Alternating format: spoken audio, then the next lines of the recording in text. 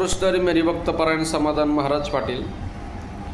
आज आपण एक नवीन विषयावरती बोलणार आहात मंडळी। कीर्तनाची जी मर्यादा आहे, आज बऱ्याच कीर्तनकारांनी नको नको ती कीर्तनकार तयार झाले आणि कीर्तनाची मर्यादा विसरत चाललेली आहेत। कीर्तनामध्ये काय विषय असायला पाहिजे, कीर्तनामध्ये काय सांगायला पाहिजे। अहो, कीर्तनाचे रेट लावायला लागले। कोण म्हणतं माझं 40,000 रुपये आहे, कोण म्हणतं 50,000, कोण म्हणतं 60,000, कोण म्हणतं 70,000। चाललं काय, धंदा करत आहे की काय करताय? ज्या ज्ञानोबरायने पाया घातला तुकोबराय कळत झाले, नाथ बाबा भिंत झाले।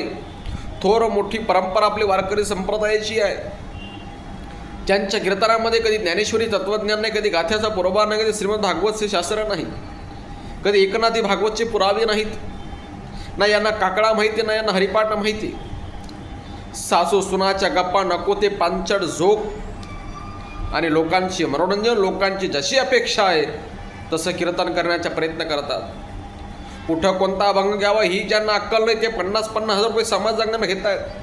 बरं, हे पैशांचं करता काय? स्वतःची घरं भरत आहेत। काही अशी कीर्तनकार आहेत ज्यांना माझा सल्यूट आहे, कीर्तनाच्या पैशातून मोठमोठी मंदिरं बांधत आहेत, मोठमोठे अनाथ मुलांचे शिक्षण पुरवत आहेत, आपल्या ज्ञानोबरायांच्या आनंदीला दान देतात, तुकोबरायांच्या देहूला ज्ञान देतात। अशा थोर मोठे कीर्तनकार यांना माझा सल्यूट आहे। पण असे बरेच कीर्तनकार आहेत जे 50-50, 60-60 स्वतःच्या प्रॉपर्ट्या भरत आहेत। समाजाला जागृत व्हावं हे पैशांचा करतो काय बरं? त्याच्या कीर्तनामध्ये कधी ज्ञानेश्वरी नाही, गाथा नाही, श्रीमद भागवत नाही, 2 अभंग शिवाय त्यांना कीर्तन जमत नाही। अशांच्या तारखा बुक समाज करत आहेत। थोड्या लाजा वाटायला पाहिजे आम्हाला मायबाप मंडळी। समाज अधोगतीकडे वाटचाल चालू आहे आणि अशाच पांचट गोष्टी जर कीर्तनामध्ये हास्यनोक, तुम्हाला रडवणं, त्या कीर्तनामध्ये काही तथ्य नाही, आज जर शास्त्रच समोर नाही आलं तर एक दिवस असा येणार आमच्या मागच्या पिढीला गाथा काय हे कळणार नाही, आमच्या मागच्या पिढीला ज्ञानेश्वरी काय हे कळणार नाही, आमच्या मागच्या पिढीला एकनाथी भागवत काय हे कळणार नाही, गीता काय हे कळणार नाही, श्रीमद भागवत काय हे कळणार आहे, आमचे संत कळणार नाहीत की कोण होते नामदेवराय, कोण होते ज्ञानोबराय। का कीर्तनामध्येच कीर्तनकाराचा विषय सांगत नाही किंवा त्यांचं महत्त्व सांगत नाही संत विचारांचं, तर मग मागच्या पिढीला काय करणार?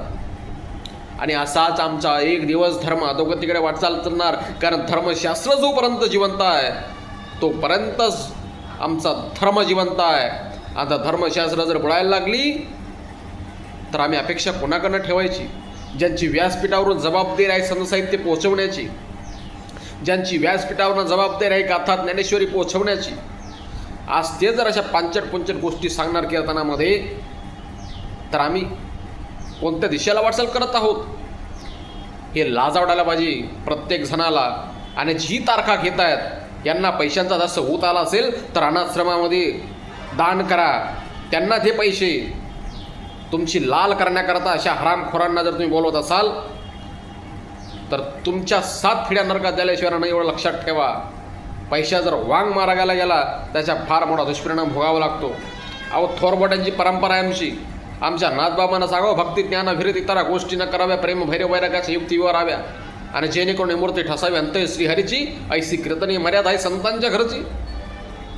मंडळी, फार्मा कंपनीमध्ये नोकरी करतो, कीर्तन सेवा एवढ्या करत समाजापर्यंत देण्याचा प्रयत्न करतो की माझ्या ज्ञानोबरांचे खरे विचार समाजापर्यंत पोहोचावे। ज्ञानेश्वरीमध्ये जेवढं फिजिक्स आहे, जेवढं केमिस्ट्री आहे, तेवढं बायोलॉजी आहे, कोण सांगत आहे? बाहेरच्या देशांनी आमच्या ज्ञानेश्वरीचे PhD करावी, त्यांना महत्त्व कळावं। पण आज आमच्याच कीर्तनकारांना ज्ञानेश्वरी तत्वज्ञान कळत नाही, मोठमोठ्या गप्पा मारता हिजाड्यावाणी। हे समजायला पाहिजे समाजानं, प्रत्येक माणसानं। आज समाधान महाराज फार्मा कंपनीमध्ये काम करतोय, 7 वर्षापासून टीचिंगचा एक्सपिरियन्स आहे फिजिक्स केमिस्ट्रीचा। आजही मला पुस्तक लागत नाही, आजही मोठमोठ्या कॉलेजांमध्ये सेमिनार घेतो, आजही टीचिंग करतो। MPSC केलेला हा समाधान महाराज आहे, समाजापुढे आदर्श ठरू शकतो। आमच्या पिढीला गाथ्याचं तत्वज्ञान कळेल, आमच्या पिढीला ज्ञानेश्वर तत्वज्ञान कळेल, ह्या सत्यामध्ये असली महाराज आम्ही पडायला पाहिजेत। दुर्दैवानं पांचट पुंचट तुम्हाला रडवणारे, हसवणारे, मजाक मस्ती शेर शायरी करणारे कीर्तनकार आवडतात। अरे, आमचा धर्मशास्त्र बुडायला जर आम्हीच पुढे येत असाल तर आम्ही किती मोठ्या पापाच्या भागीदारी बनत आहोत हे प्रत्येक महाराष्ट्रीयन माणसाला कळायला पाहिजे। थोर मोठ्याची परंपरा आहे, संत विचार समाजापर्यंत पोहोचले पाहिजेत। हाच माझा या ठिकाणी हेतू आहे हा व्हिडिओ बनवण्याचा। आणि आपण ह्या व्हिडिओला जास्तीत जास्त शेअर करण्याचा प्रयत्न करावा आणि चांगली कीर्तनकार आपण समाजापर्यंत पोहोचवावी जी निस्वार्थी स्वभावाची। हे आपण प्रत्येकानं प्रयत्न करायला पाहिजे. आज्ञा घेतो सर्वांना माझा रामकृष्णारी. पुन्हा एकदा शिवचरित्रकार, पखर, धर्मविचार म्हणणारा, आधुनिक विज्ञानमय ज्ञानेश्वरी करणारा आपला हरिभक्तपरायण समाधान महाराज पाटील.